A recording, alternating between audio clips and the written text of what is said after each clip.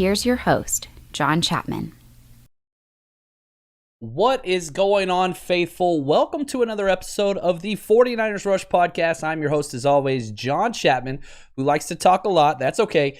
We've got a lot to talk about. The 49ers dynamic has completely changed today.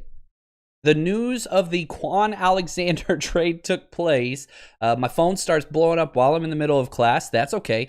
Part of living the double life of a teacher slash 49ers, I don't know, what the podcaster, whatever, annoying personality. But the first thing I thought was, I didn't care about compensation, which we'll get into. I didn't care. I was so elated. I was so elated. It's the perfect thing. Congrats to our front office. And the whole Kwon Alexander deal, start to finish, it's gross. It's gross. You overpaid to get this guy. Now, I'm not trying to dog on Kwon Alexander at all. I like him. I love his attitude. I love what he brings to the team. Legendary. Kwon Alexander is incredible. The problem was, not only did he never correct his mistakes of missed tackles, but he was just too injured. Perhaps if he wasn't injured all the time, who knows what would have happened? Because whenever he first came on, he was incredible. You look back to the start of the 2019 season, Kwon Alexander was incredible and probably one of the truest testaments. At the end of the 2019 season, regular season, they asked all the different players, who do you think the defensive MVP was? I've told this story before. Nick Bosa, without hesitation, said, I think it's Kwon Alexander, because of the energy and the leadership that he brought to that defensive side of the ball was huge. And I love Kwon. I root for the best for him in his future. But for the 49ers to get out of this contract, it's monumental. It's huge because now the 49ers have flexibility. We always talk about like, oh, trade for this guy, trade for this guy. Why don't you do this? You can't do it when you're broke. You literally, and if you want to know how broke the 49ers are, here's the deal. Dante Pettis, with his fumbling self, whatever else, the reason why Dante Pettis was returning kicks, the 49ers did not have enough money to promote Kevin White to the active 53-man roster. That's how little money the 49ers had, because he was already promoted twice. So the next time if you're going to promote somebody past 2 times from the practice squad to the active squad, you have to keep them there. The 49ers couldn't afford that. So they had to keep Kevin White down.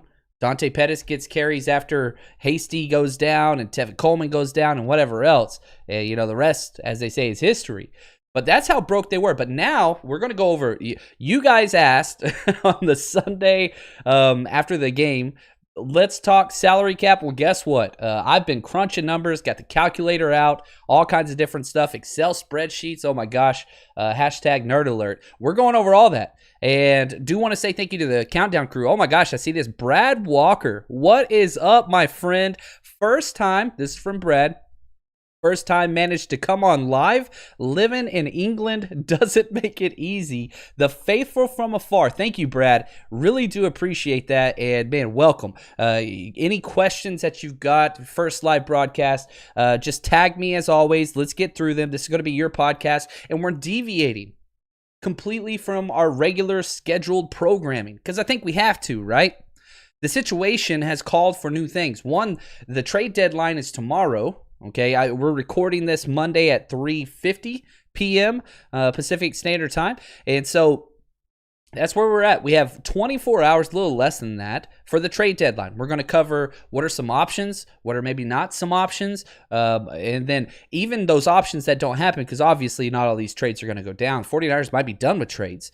But it's going to let you know, one, which players will need to be re-signed if they're not traded, or which players might be cap casualties to be cut in the offseason. So even if we don't hit the nail on the head on some of these trades, that's okay, because the context is important moving forward financially for the 49ers 2020 this year, 2021, and even some 2022 numbers. So we've got a lot to talk to. 49ers have gone MIA.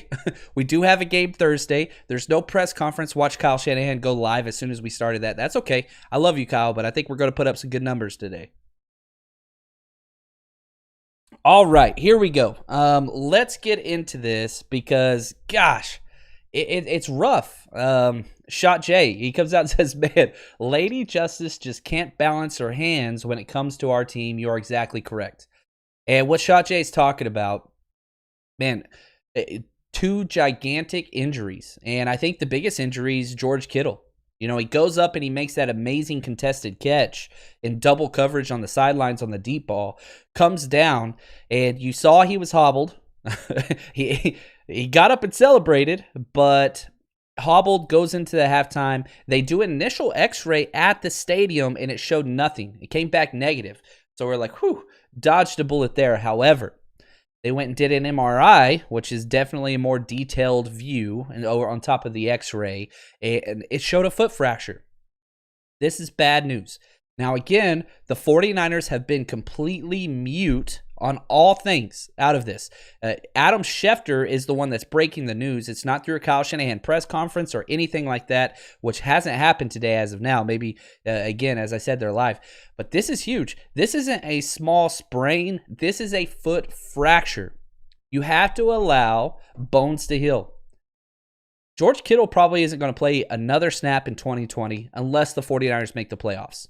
Which, yeah, that's a whole nother part in the Southern tradition. Kettle of crawdads, if you want to go through that. But George Kittle's out. 8 weeks probable that he is gone. So he's back on IR already. It's already been announced. But again, who's announcing this stuff?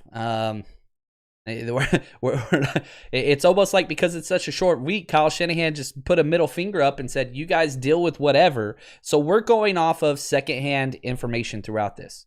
So George Kittle's out. Okay. Silver lining. Gosh, Dub Phoenix. I'm trying really, really hard. And I know it is rather comical to me that I am starting to be dubbed the, how do you say this, optimistic 49ers podcast, which I don't feel that way a lot of times, especially this year.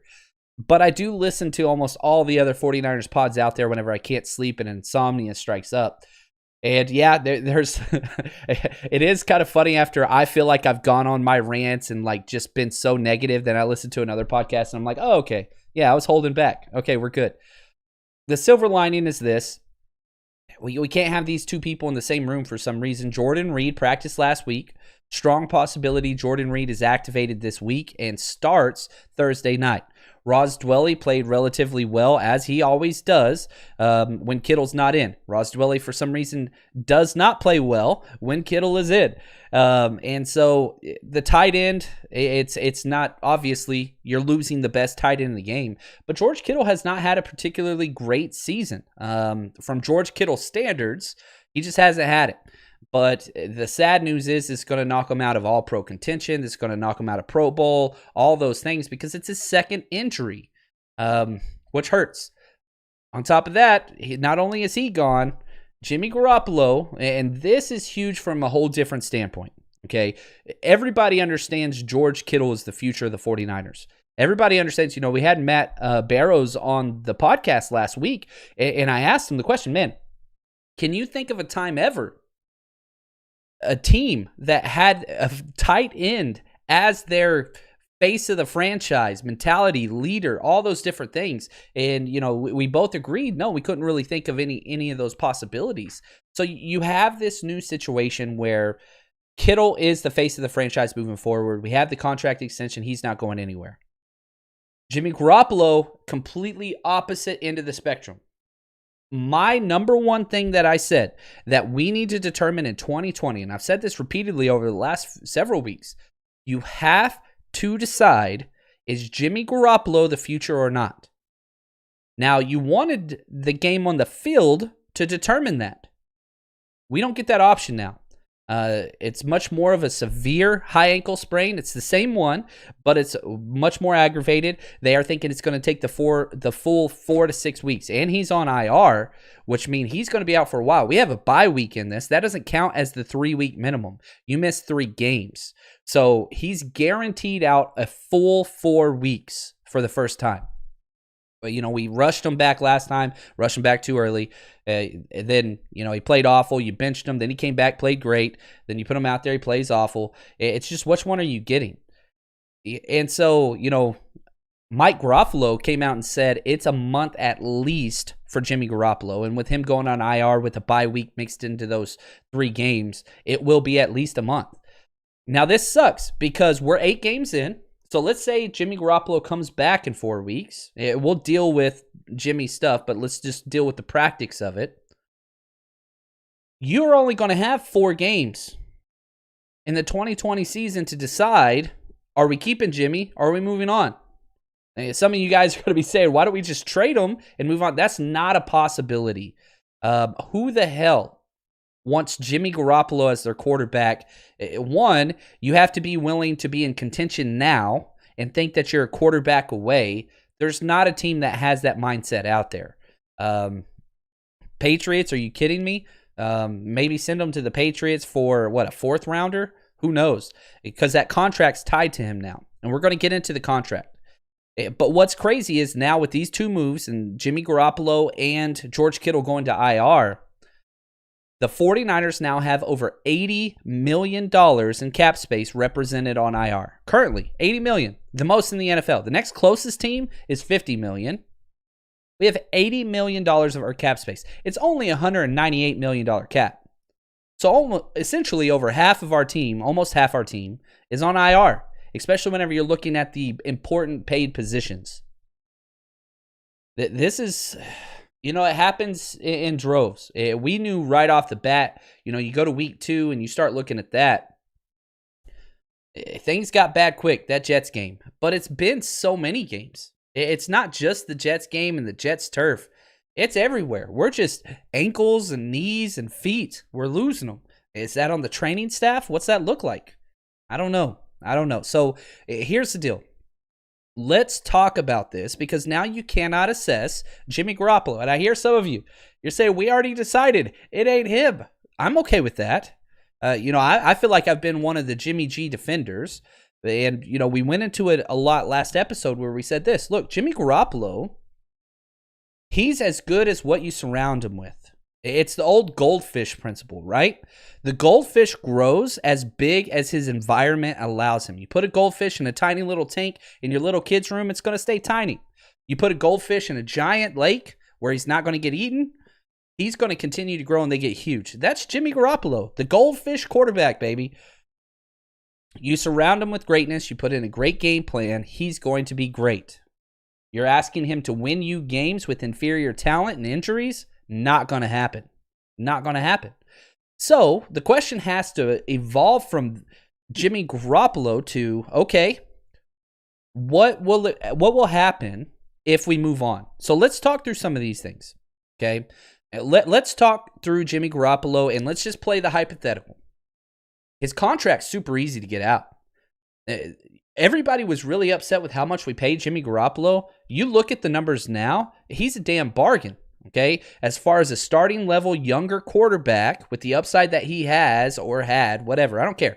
But now you can get out his contract so easy.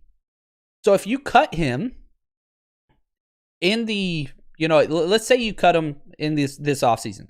For 2021, you're on the hook for $2.8 million. That's it. That's how much dead money's on that for 2021, 2022, 1.4 dead million. You're out of this contract for literally $4 million spread over 2 years. That's fine. Cap savings 2021, you're saving $24.1 million right off the bat for one of the lowest salary cap years. Because again, based on revenue, it's dropping. It was 220. It was going to be around 200 million. It's 198 this year. It's dropping to 176. That's the kind of basement level that it can drop to. So you're losing that much. So you can walk away from Jimmy just fine. It's not going to hurt you at all. Now, if you do walk away from Jimmy, now you got to play this game. What does that look like? You got to have a quarterback. I don't think anybody wants Nick Mullins to be the starting quarterback for the 2021 49ers. Maybe some of you guys do. You're probably Nick Mullins' parents or Grant Cohn. That's okay. You can be those people, and I support you, and thanks for listening to the podcast. But the idea is this. CJ and Nick Mullins are not the quarterbacks of the future. I don't mind them as backups. I don't mind that at all. But you've got to find something. Tyson, I see this. If our injury luck continues to be this bad, where do you see us picking in the first round? Right now, we're right smack dab in the middle. We're right at about 16, 17 to 18. That's where we're at. Depending on games and stuff today, it changes every week. But we're right in the middle. We're 4-4. There's no way. I don't think the 49ers lose out. I think our team is too good, even with all these injuries. I still think we can beat the Packers, who are 2 or 3 seed. But then you've got games against the Saints. You've got the Rams. You got Buffalo Bills. You have the Washington football team with no mascot. You could definitely win that. Dallas Cowboys, you could definitely win that. Cardinals, Seahawks again. Wouldn't be surprised if you still one of those late. You might get Jimmy Garoppolo back for those, but whatever. That's a whole nother argument. Worst case, let's say the 49ers bomb out this whole year. You're getting 2 more wins. The worst record that the 49ers could have at the end of this year is 6-10. 6-10, you're going to be picking about 10th. That's where you're going to be. There are so many bad teams. There are so many bad teams that are not going to win games or win 1 or 2. Jets, they've got 0 wins. Cincinnati's got 2 wins. Houston's got 1 win. Jacksonville's got 1 win. They just benched their quarterback, Gardner Minshew. You've got the Chargers. They've got 2 wins, right? Atlanta's got 2 wins. Minnesota's got 2 wins. Detroit's got 3 wins. Then the entire NFC West. Nobody has more than 3 wins. So even if you go 6-10, you're not picking in the top 10. You might get that 10th pick. Maybe. But right now, you're talking 12 to 16 with a 6-10 record because it's so top heavy, the league, and it's so bottom. Like, there's so many good top tier teams that you're getting all these bottom dwellers. There's not a lot of parity in the NFL this year. We know the good teams all right off the bat. And we know all the bad teams right off the bat. We're one of the few teams in the middle. Here's what's crazy. Out of the entire NFL, we are the only team that is 4-4. You got 32 teams. There's no median. There's no middle ground. We're it. We're the only 4-4 team in the NFL. That's it. And so, again, you're getting all these top-heavy teams and all these bottom-heavy teams, and nobody's in the middle. And that leaves us. So where we're going to pick, and I'm going to go through quarterbacks and talk about kind of what's out there because, again, Tyson, here's the deal. If you want one of those young stud rookie quarterbacks, guess what? You're not going to be in position to get them. The top 3 quarterbacks will be gone in the top 6 picks for all those teams I just mentioned. They're the ones that are going to be getting Trevor Lawrence, Justin Fields, Trey Lance. I don't think the 49ers even have a shot to get one of those 3 guys. Now, there is a 4th guy that I do like, but here's the question. The 2021 49ers are going to be stacked. They're going to be stacked. They're going to be very, very... You're talking Super Bowl contenders, bar none. That's all there is to it.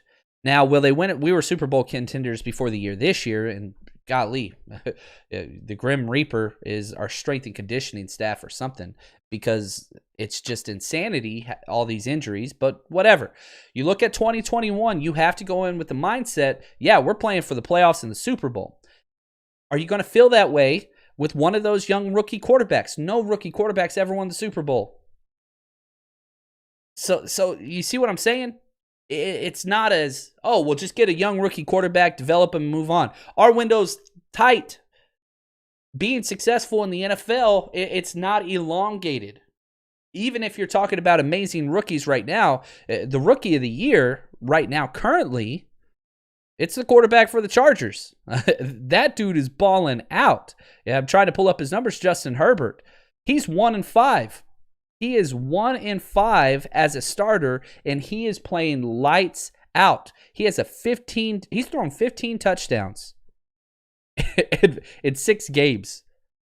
That's stupid. That doesn't even, put into what he's done on the ground because he's been incredible on the ground too. He's got 2 more rushing touchdowns. But again, 1-5. Yeah, obviously, they're different teams and whatever else, and you can go through that whole argument. I don't care. The best rookie quarterback this year, and you're talking Tua Tagovailoa, which we haven't seen that much of. You're talking Joe Burrow. They don't win games. Now, if you put Justin Herbert on the 49ers currently, do I think we're in the playoffs? Ooh, that's a fun experiment. I think would be a lot better than 4-4 personally. But again, Justin Herbert sat for a few weeks, and the doctor punctured what's his name's lung, Tyrod Taylor, and then he got his chance. So what are you going to do? Do you feel comfortable moving in the draft, drafting a quarterback, Zach Wilson, the quarterback out of BYU? Now, if you look at almost all consensus big boards, and they're going to change, quarterbacks always fly up. He's the 4th rated quarterback. Now, if you look at, one of my favorite sites, they don't pay me to say this, but I whatever. The Draft Network, you look at their consensus big board, they have Zach Wilson as the number 64 overall prospect.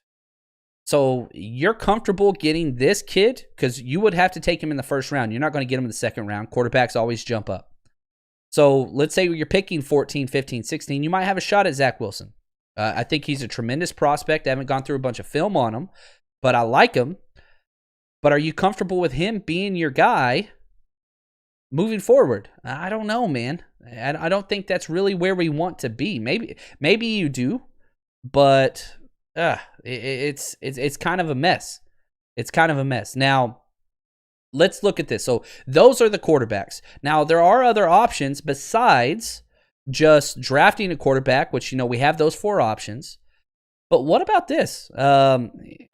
Me personally, I sent this tweet out earlier. Sam Darnold's available. And I like Sam Darnold. He's young as hell. I think he's 23 years old. He's younger than Joe Burrow still. Sam Darnold is young. Now, has Sam Darnold been great? Absolutely not. Anybody that plays with Adam Gase hasn't been great. He's literally the worst coach and play caller in the NFL for decades. So let's say you go, let's play this out, okay? What would it cost to get Sam? What would you have to pay in compensation to get him? And then literally what would it cost with his contract? And I think it's all doable. You go back to the Josh Rosen scenario. It costs a second rounder. Josh Rosen got picked in the same damn draft, 10th overall pick. Cardinals get clean slate. They bring in a new coach and they say, we're taking Kyler number 1. And here's what's crazy. They took Kyler number 1 and still had Josh Rosen because they could not trade him before the draft. Nobody really wanted him. They end up getting a late second round pick. And that's the market value. Now, you could say, I think it's going to cost a second. 49ers don't even have a third, so you couldn't pay for a third. I put out this tweet and I said, would you trade, if you're the 49ers, a second round pick for Sam Darnold now? It's right down the middle. 51% say do the trade, 49% said no. And I think we got like 700 votes in 10 minutes. So, I love how active everybody is. But here's the issue. The comments all say, I'd give up a 4th and Nick Mullins for him. Nobody wants that. Nobody's going to take that trade. It doesn't make any sense. A third, perhaps. But again, we don't have a third. So, and here's why I like this trade personally. His contract is insane. It would cost the 49ers in 2020 $1.7 million. We have that now because of the Kwon Alexander trade. 2021, it costs $4.7 million. So again, you're talking about these 2 years, dirt cheap for a quarterback that's super young, has a lot of potential, and you get to see the goods. That's the thing. You can try them out. Sit them for 3 weeks, learn Kyle Shanahan's system, put them in there. Let's see what happens. If it doesn't work out, guess what? You're not out major draft capital, and you're not out financial capital either. So you can go get this guy, plug him in, and see if it works. It's kind of a rent-to-own possibility, which don't ever do that. That's usually a bad situation financially. I teach economics as well. I should talk about that, but whatever. Yeah, Mr. Superfly says, more tequila tonight after the Jimmy Kittle news. Man, you're not wrong. Monday Night Football comes on in about an hour and 15 minutes or so, and it's just rough. It's rough. But thankfully, we're the faithful, right? We've been through rough and we've been to the top as well. So that's kind of what it is. So we're going to be all right. David Lopez asked this. So what does hashtag CC mean? I love that question, David. That means the Countdown Crew, baby. If this is your first time joining us, go to the YouTube page, hit that notification bell. And when we go live, if you hashtag CC, which we do have a giveaway coming this week, I think I'll announce the giveaway Countdown Crew winner after the Green Bay game. We'll do it that night because, we'll just do it that night. That'd be perfect. So what happens is, David, Every single episode, you do hashtag CC in the first minute and a half of the podcast. You get entered in, and we log all those. And then we do giveaways every month. Last month, we gave away a hat. It was our 300th episode, so we also gave away a signed Joe Montana jersey. So I've got some more giveaway stuff coming up as well. So yeah, that's kind of where that goes. So hashtag CC, come join us. We always want more people. I love it. From Kimbro, I like this concept because as soon as I know we're jumping around here, but there's a lot of really good questions in here that I want to get to. Kimbro says this: we get Greenlaw and Aziz on the field with the trade. Now if we can do the same with Ford, yeah, I think you're onto something in that first part. Kwon Alexander is an asset for any team. There's no doubt about it. His contract wasn't. His play on the field's good. However, Dre Greenlaw, with how well he's played outside of this last Seattle game, and Greenlaw is coming off and Aziz is coming off their worst games in their entire career, but that's okay. This assures you're going to have Fred Warner and you're going to have Dre Greenlaw right next to each other for years to come. This is great news. And a big reason why you can make the Kwon Alexander trade was because you have a young, cheap replacement, Dre Greenlaw, that can step in and be just fine. All right, let's see here. Nick, is there any chance Kyle sticks with Mullins from here on along as he plays competently? It is possible. It is possible. You could try to send a message, that you're going to stick with people. Why not let Jimmy G get healthy? But if you're going to do that, then you have to cut or try to trade Jimmy Garoppolo. Can you trade Jimmy Garoppolo now with him on injured reserve? It's possible, but not likely. It's not likely. Very not likely. But yeah, I don't know. Maybe Mullins. I'm going to be pulling for Mullins big time because I'm in the consideration now that I don't think Jimmy Garoppolo is the answer in the future. Now, if Kyle Shanahan sees it as, look, we're not going to be able to win with the rookie quarterback, which I understand. We're going to just roll the dice with Jimmy because we have so much great stuff around him. We're just going to surround him with as much talent and see how far he can take us. I understand that. I don't disagree with it. But, man, I'm telling you right now, I would go out and get Sam Darnold. That's just me. But take that for what you want. Haskins, this is a question that was asked as well. Haskins is pretty cheap, but just a no from me. I don't want Haskins at all. I don't think that he is a good quarterback. Please, it's just not something that I want. On top of that, I don't think Washington wants to trade us any more than they have to. That makes it complicated. Matt Stafford's been brought up. Why don't you go get him? His deal's a little bit of a maybe. I think the 49ers could swing it. He's got $8 million cap owed this year. We don't have that right now. So currently you couldn't do that. You'd have to rework some deals. But again, Stafford's old. You look at his future deals. Stafford's due $20 million in 2021. He's due $23 million in 2022.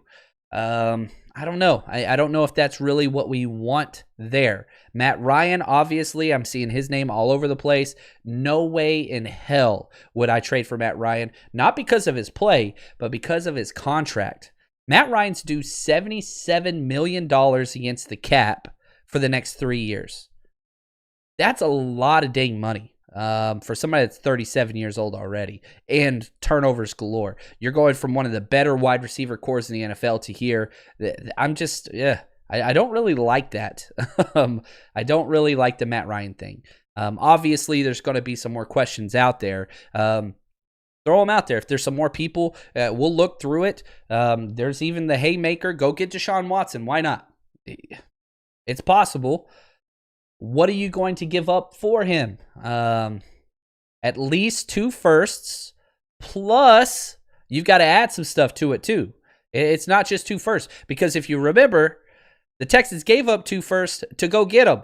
And then they gave up 2 firsts to get their left tackle. So it's not as easy as, let's just go get 2 firsts and get them. You're talking, 2 firsts and Trent Williams and, you throw it in Jason Verrett. Like, it's going to take a huge haul because I think he's, 25 years old. He's very, very young.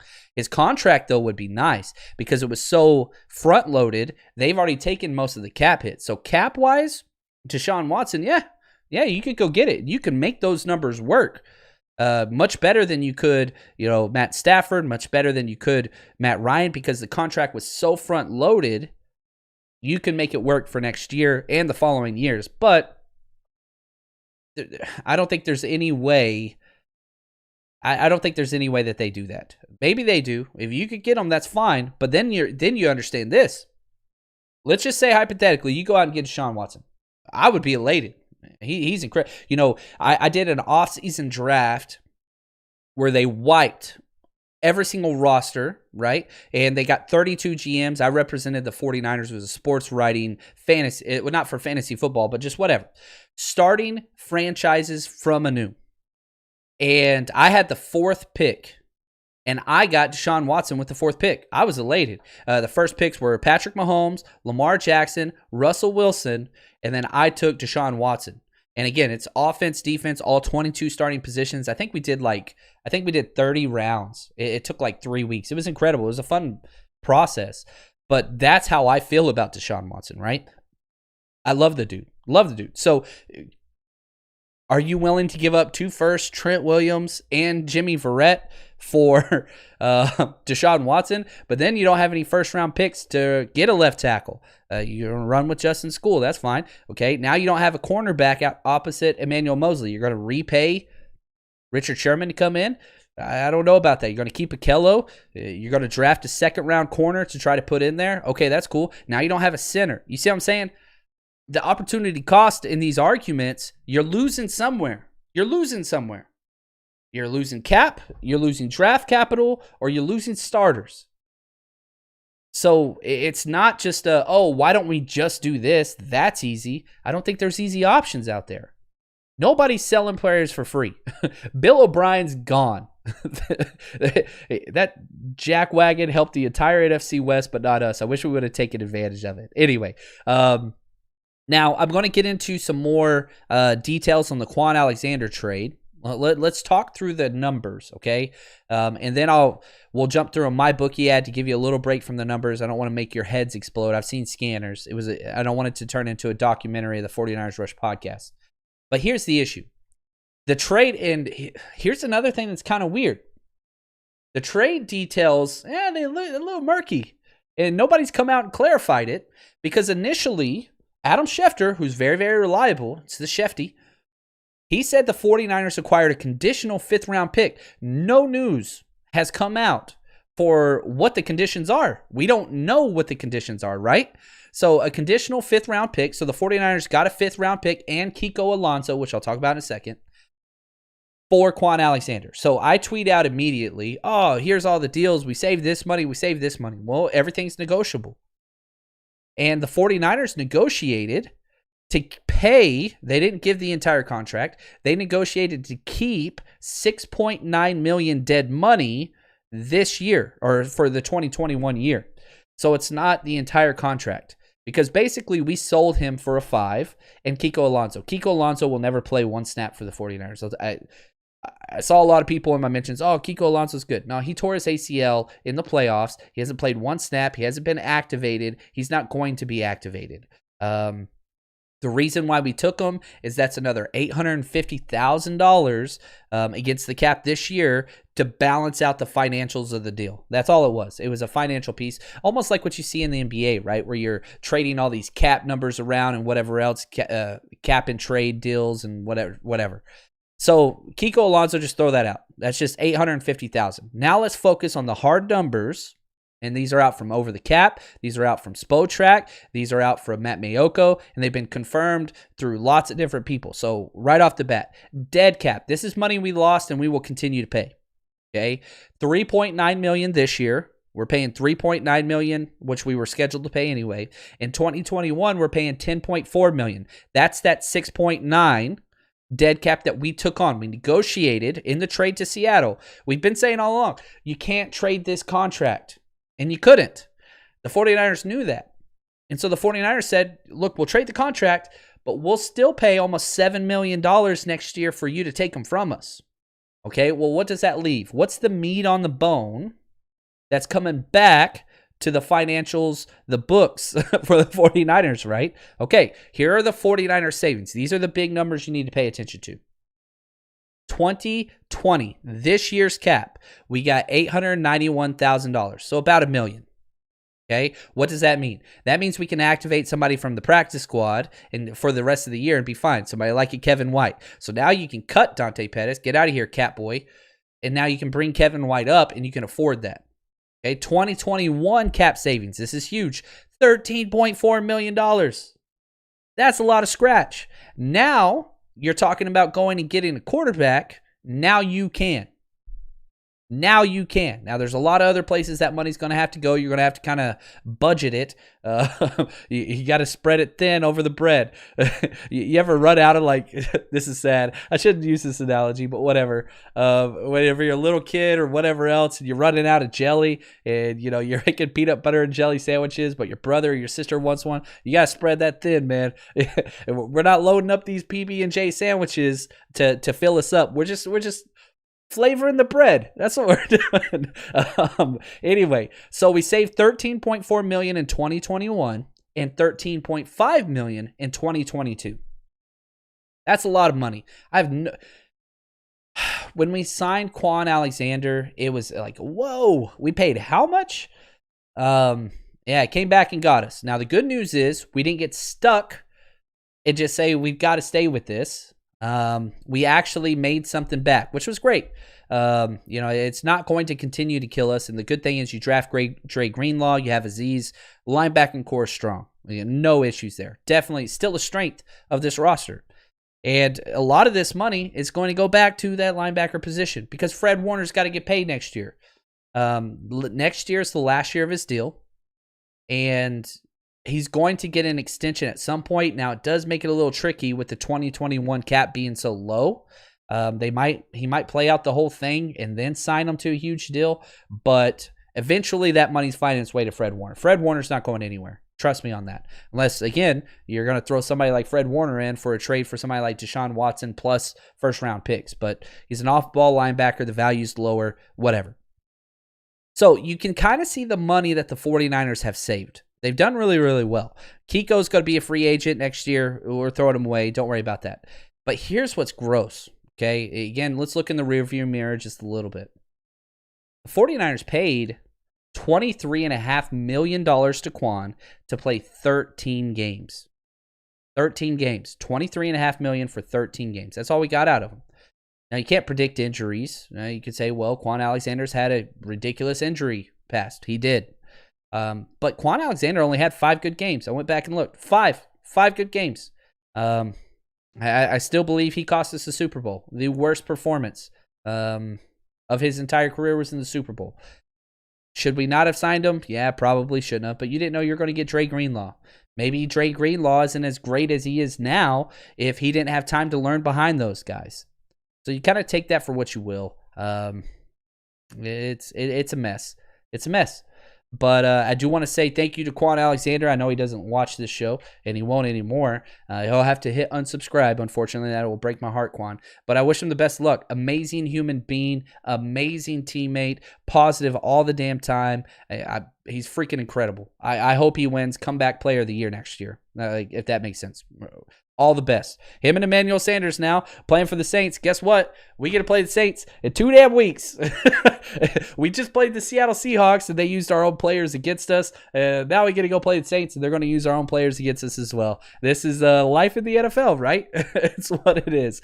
So we've got more.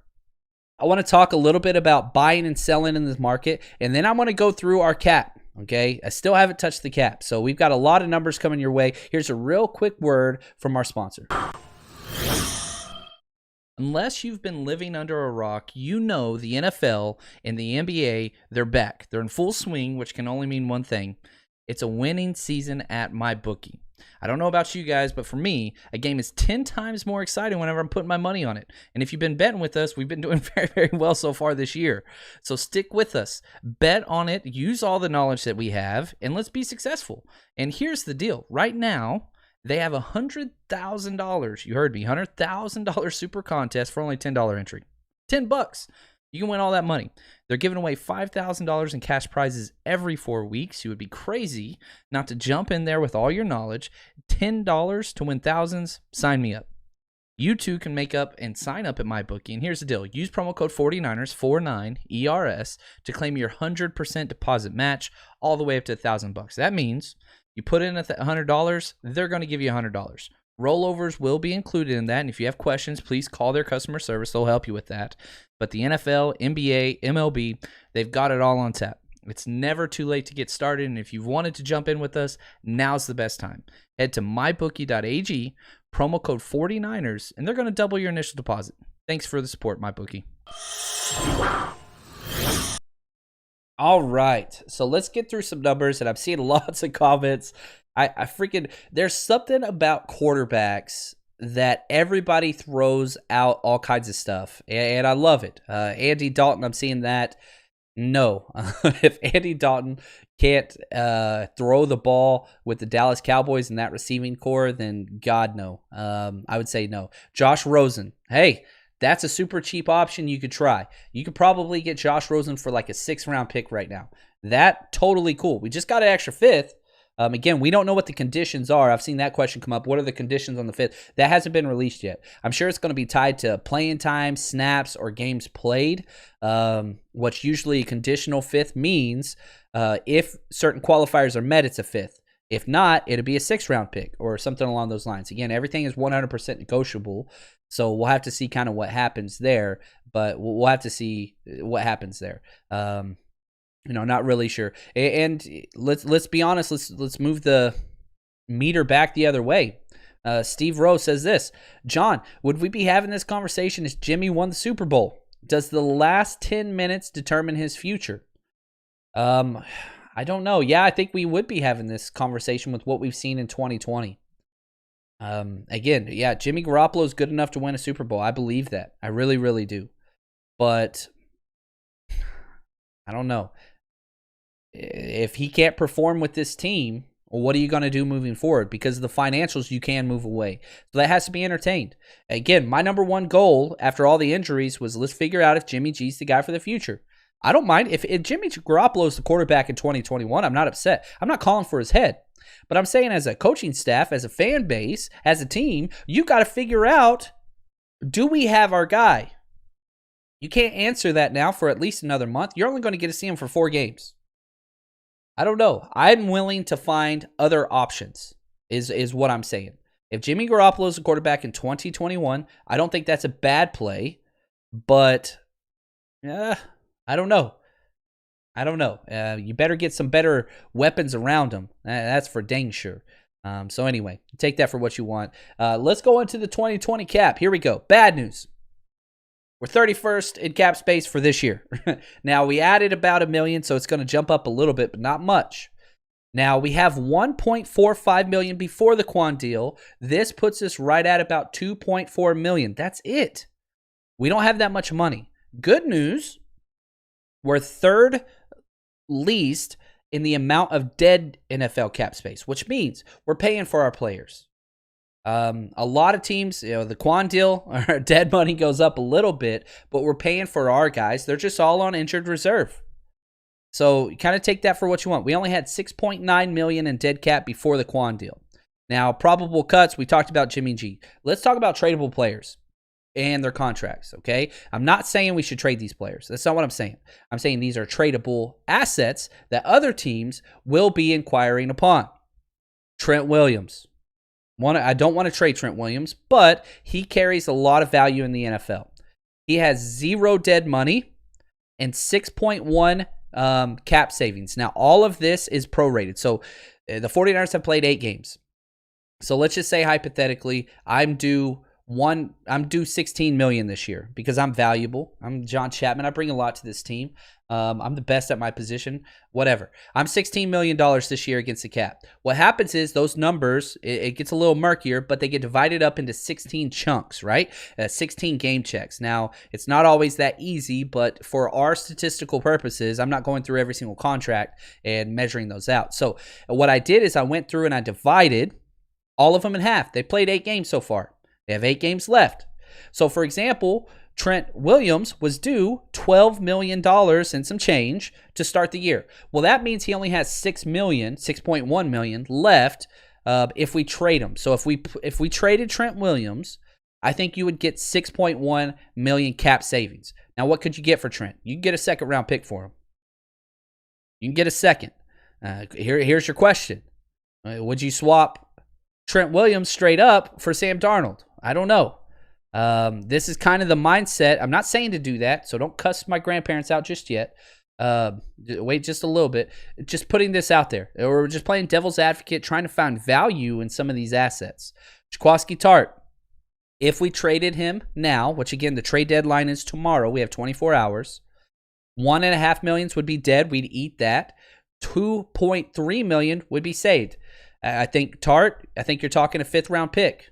I really do. Not because the value that he brings as a player, I think he's a quality starter, but because it's such a team-friendly deal. It's super, super cheap. So if you're in competition, you're a playoff team and you're missing a safety, Tart would start on a lot of leagues.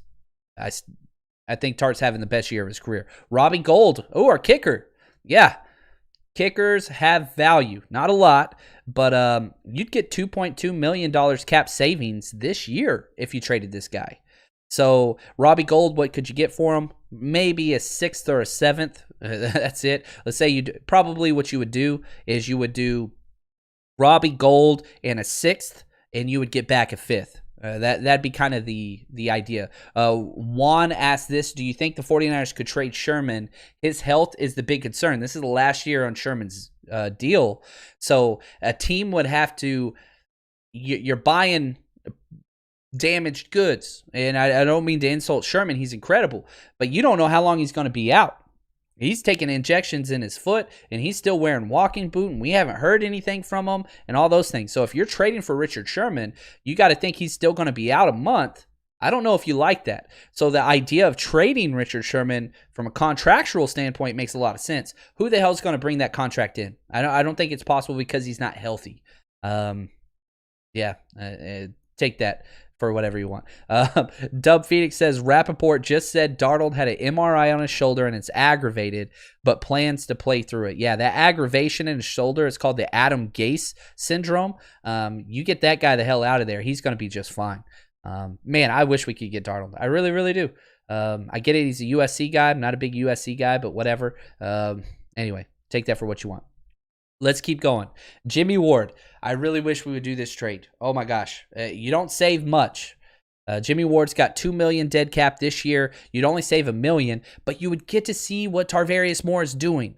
And here's my deal. Let's say you don't want to trade Jimmy Ward. I think that you might be able to get something for him. Not much. Because his contract next year is big. But let's say you trade Jimmy Ward. Now you get to see your young, promising talent. This year, you're not winning the Super Bowl, guys. We talked about that. 49ers aren't winning the damn Super Bowl. So let's find out. Jimmy Ward is the freaking Jimmy Garoppolo of the damn defense. You surround him with greatness, he's going to be good. You can't even find pictures of Jimmy Garoppolo on the damn field during the broadcast until after the play when he's talking trash to everybody, including the refs. He had a reason to talk trash. But let's say, okay, fine. You want to keep Jimmy Ward? Trade the young safeties. They are valuable assets that team want because they're so cheap. Again, let's look at this. Marcel Harris and Tarvarius Moore. Very similar numbers. They're so cheap. They're so cheap. They're on like almost minimum deals. Marcel Harris actually is on a minimum deal. Tarvarius Moore a little bit more. But you could trade those guys for, I think you could trade Tarvarius Moore for a 4th rounder. I think you could trade Marcel Harris for a 5th or 6th rounder because he is so cheap. Now, you talk about these guys, all 32 teams like players like this because they are free. They don't cost. They don't hit your books because their deals are so low. Now, this is the last year of their deals, right? So they're going to be getting paid, but you can see if they fit in your system. So even if you're, a playoff contender, you could get these young guys, plug them in right now and see if they fit. Or if you're trying to build for the future, you could say, well, this is a relatively cheap starter that we could get, see if it plans out, and then we don't have to draft a safety. But instead, the 49ers just going to sit him on their bench and keep playing Ward even after he has terrible game after terrible game after terrible game.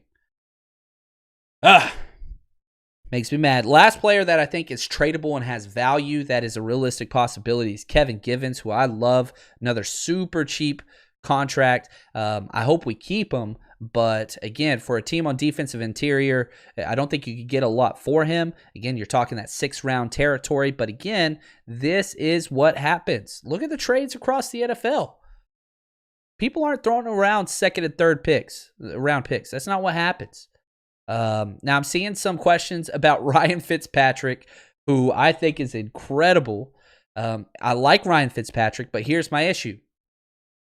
You like Ryan Fitzpatrick for the 2020 season, not the 2021 season. He's not the answer for the future. I'm concerned about 2021 much more so. So let's say we trade whatever. They'll take peanuts, right? You trade peanuts, you get Ryan Fitzpatrick, you bring him in, you plug him in. It's so freaking entertaining, as we've seen. And you just let him do his thing, and maybe you get that 6th, 7th seed into the playoffs. Maybe you win a game, whatever. Okay, cool. What do you do in 2021? Are you rocking a 39-year-old Ryan Fitzpatrick out there to win the Super Bowl? No, Ryan Fitzpatrick can't win a Super Bowl because his consistency it's some of the worst ever. He's either the best player on the field or the worst. I call it the Russell Westbrook syndrome, because his highlight games, whenever you watch him, is incredible. But then you see him, and he's costing his team the game, and that's 4 interceptions at any time. It's rough. It's not good, to say the least. Again, Andy Dalton, no thank you, man. I just don't want him. Now, cuttable players, is there a lot of money we can save? There's not. There's really, really not. You could cut the cap, man. He's got $1.3 million in dead cap if you cut him. You'd save $150,000 though, and I'm okay with that. So if you can't trade Dante Pettis for a 2025 7th rounder, cut him 1 minute after the freaking cap or the trade deadline's over. Cut him. Tom Compton, who has not been active yet, he's got $1 million in dead cap. You'd save $160,000, so there's nothing really there, because if you cut him, you got to activate another guard, which you got to pay them once they're on there. So that's kind of a loss. CJ Beathard, you can't cut now because Jimmy's hurt. Number 27, zero dead money on that deal. You'd save $350,000, but again, you'd have to pay that for whoever you activate, which I'm okay with, because then you're trying to get these young, talented guys in there to see if they're a fit for the future. We know number 27 is not a part of the future. He's just not. He can't be. He's number 27. Anyway, that's the 2020 numbers. Now, the 2021 cap, the base cap drops, right? It's $198 million this year. Next year, it's going to be $176. The 49ers have the 19th most cap space before the Kwon Alexander trade. I recalculated the numbers. That's going to put us now, we are the 15th most cap space. We're right smack dab in the middle, which is great, because we've already talked about 2021. We already have a legit roster. We already have a playoff caliber roster. We have money. We have $22.8 million. And if you want to know how bad it is, 9 teams in the NFL currently are negative in cap space for next year. It's going to be a problem. But I think the 49ers are a decent space now. That deal, that quad trade was huge. Huge. I can't say enough about getting rid of that contract. And then I think it's a double positive, because now you've got Dre. Now you get to allow this young guy to develop next to Fred Warner. Man, I'm excited about that. There's a lot of silver linings today. Yeah, there's money down the drain. It's the law of sunken costs, though. You can't allow a previous bad decision to make you stay in a bad decision. You can't do it. So I'm so glad the 49ers saw and they got the hell out. You got something. But yeah, you're right. It's a lot of money gone. I do get that. All right. Excuse me. I got a faithful story from you this week, and I love this story. This is freaking awesome. So if you haven't yet, head over to iTunes. Just type in iTunes 49ers Rush Podcast. You don't have to have an iPhone. You don't have to have a Mac. You can do it from an Android. You can do it from a laptop. You can do it from desktop, whatever. This is the best way to help the show. Best way. Type that in, leave a 5-star review, and tell us how you became part of the faithful. Why are you here? We got our butts kicked this week. You're here because you're the faithful. You're here because we're the best fan base in sports. Yeah, we whine a lot, but that's okay. We're San Francisco. It's okay. But this story, leave how you became a part. This is a story from Josh. It's freaking awesome. Okay. He says, "Hi, my name's Josh, and I've been a fan for 33 years. I was born, raised, and still live in New York, other side of the coast. As a child, I barely knew anything about football or sports really at all. One day at school, this is hilarious, doing a times table test." Some of you guys might see where this is going. "After the test, a girl in front of me yelled out, so I can remember, 7 times 7, because it's my favorite football team, the 49ers," the girl said. So she can remember 7 times 7. It's 49. Don't have to get your calculators out. Trust me on that one. So, of course, I said, "That's my favorite team, too. All young boys are the same. Girl likes something, we like something. It's what it is. We're simple creatures." That night, I asked my dad who the 49ers were. My dad's a very calm, non-excitable person.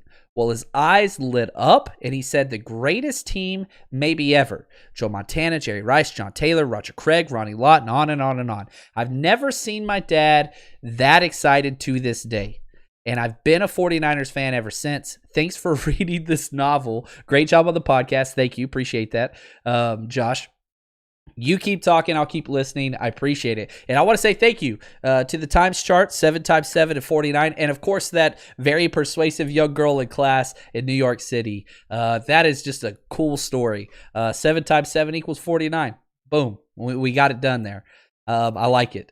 Another bit of news that just came across the Twitter feed. Chris Mortensen. I love Chris Mortensen. One of my favorite humans ever. Humble brag right here.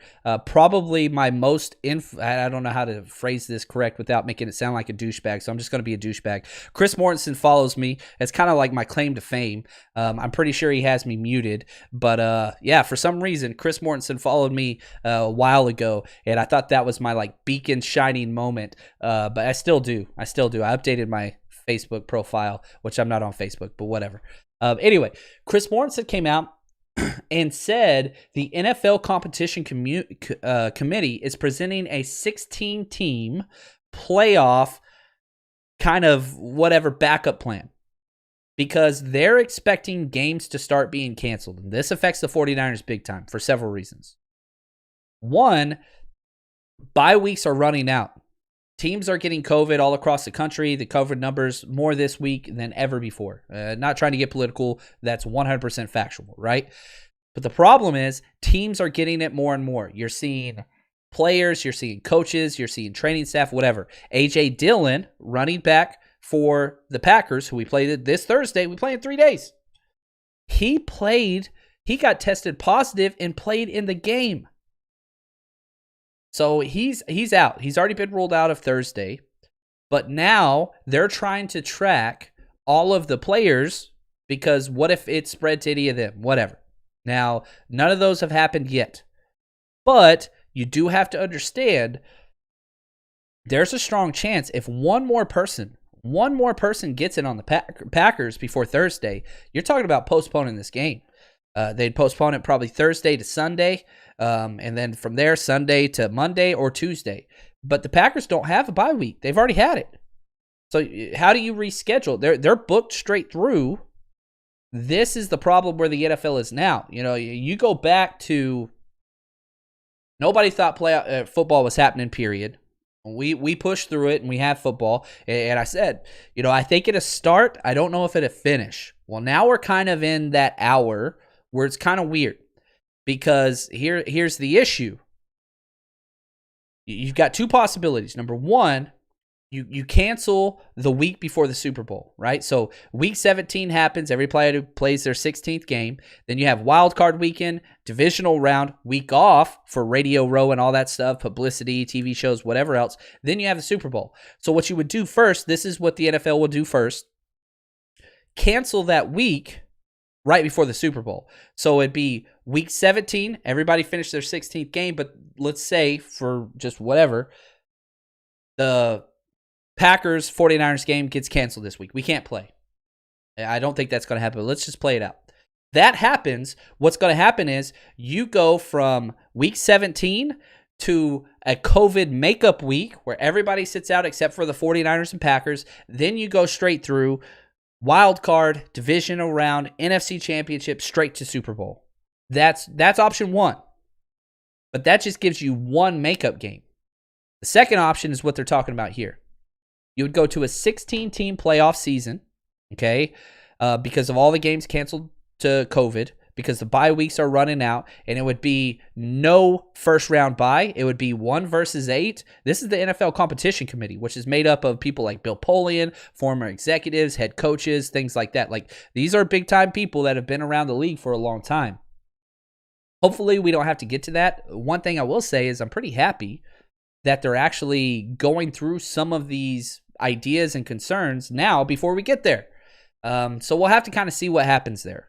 But anyway, that's what we've got for my Patreon subscribers. I do want to say thank you. When the film comes out, I will be breaking down every offensive, defensive play. I don't want to watch them all again, but we're going to understand why they worked, why they didn't. If you haven't joined us on Patreon, what's your problem? Come on, guys. Come on, let's go. Head over to Patreon, type in 49ers Rush Podcast, get over there. It's where all the cool kids go, and you're the cool kids. Come on now. Anyway, I will not have a podcast tomorrow night. I will have Patreon breakdowns early in the morning. I might be able to get 2 done tomorrow. We'll have to see what happens. It is election day. If you haven't voted, go vote. And if you're skeptical and you don't care about presidential race, I don't care either.